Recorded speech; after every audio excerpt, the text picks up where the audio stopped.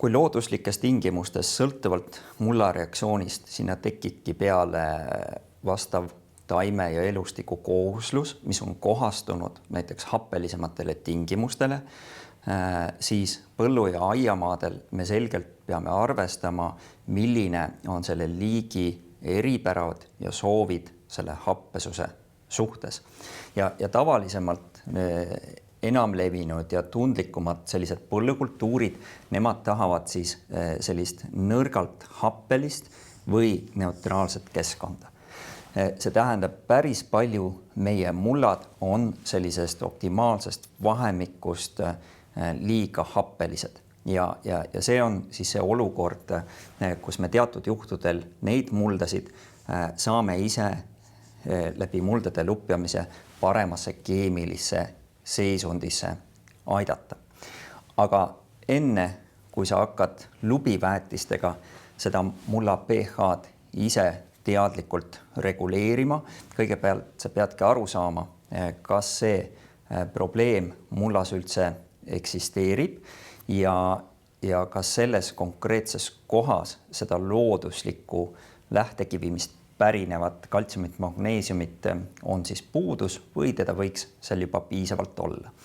Enne, kui sa hakkad jällegi konkreetselt laboratoorseid analüüse tegema, võibki kõigepealt otsida infot konkreetselt selle mulla kohta, mis tingimustest on tekkinud ja ka otsida arusaamist, et milline lähtekivim seal võiks olla.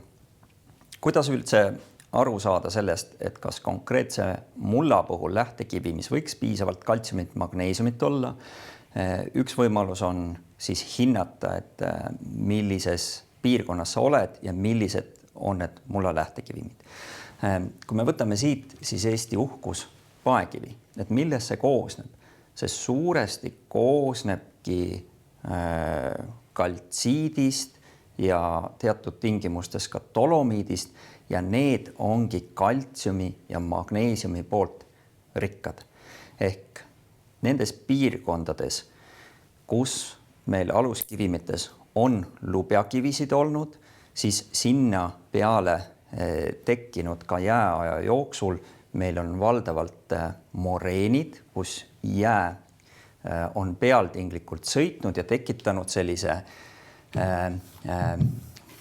lagunenud pudeda materjali, kus me tunneme ära ka ikkagi sellised heledad lubjakivi materjali. Et üks võimalus ongi, kui sa tunned mullas visuaalselt ära selliseid suuremaid või väikseid lubjakivi tükikesi, siis see on selge märk sellest, et seal on selline looduslik kaltsiumi ja teatud tingimustes ka magneesiumiga varustatus juba olemas ja see peaks tagama siis neutraalsema mulla reaktsiooni. Aga alati ei ole visuaalselt märgata ja näha selliseid silmale nähtavaid lubjakivitükikesi ja on selliseid kaltsium ja magneesium ühendeid ikkagi mullas olemas. Ja kuidas seda siis testida, siis on tegelikult võimalik tekitada ise ka nii õues kui ka meil hetkel siin selline keemiline reaktsioon ja seda hinnata. Ja selle reaktsiooni hindamiseks siis tegelikult valatakse sellele mulla materjali peale hapet. Ja kui me proovime seda testi siin läbi teha, ehk kui me näeme, mis on rohkem levinud lähtekivimitena meil Põhja-Eestis, saartel, lääntel ja Kesk-Eestis osaliselt ka on selline valkjas hall lubjakividele tekkinud moreen, mis peaks sisaldama hulgaliselt need kaltsiumühendeid.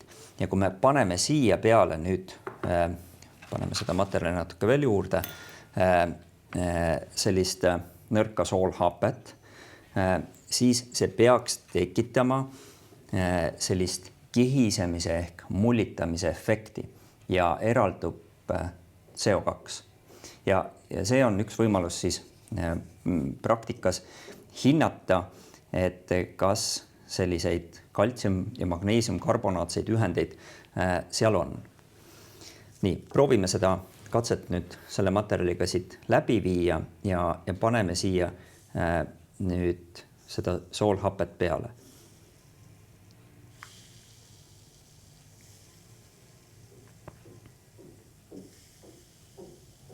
Nii, on kuulda ja näha sellist tugevat mullitamist. Me nimetame seda, et muld kihiseb ja siit eraldubki siis CO2. Juhul, kui me võtame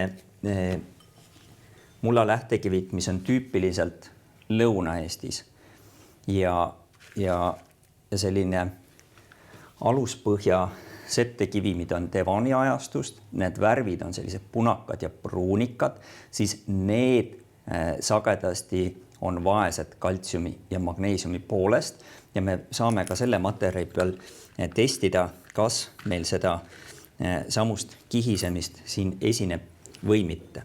Ja valdavalt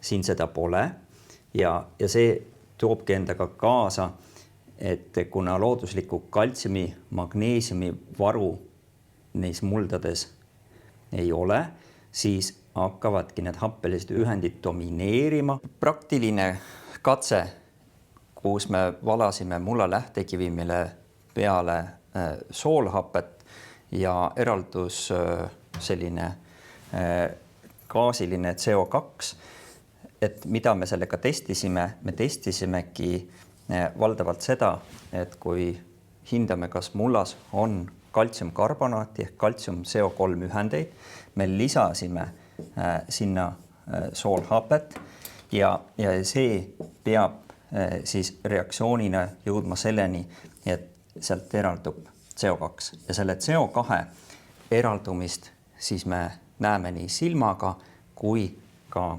kuuleme. Ja mulla lähtekivimite keemilised omadused on meil väga erinevad. Me nägime, et siin Põhja-Eestis, Lääne-Eestis valdav olev selline valkjas hall moreen, mis sisaldas neid kaltsiumühendeid, mis andsid kihisemise efekti, need tagavadki neutraalsema mullareaktsiooni. Aga Lõuna-Eestis tüüpiliselt selline punakaspruun moreen on vaesem kaltsium ja magneesium karbonaatidest ja lähevadki happelisemaks.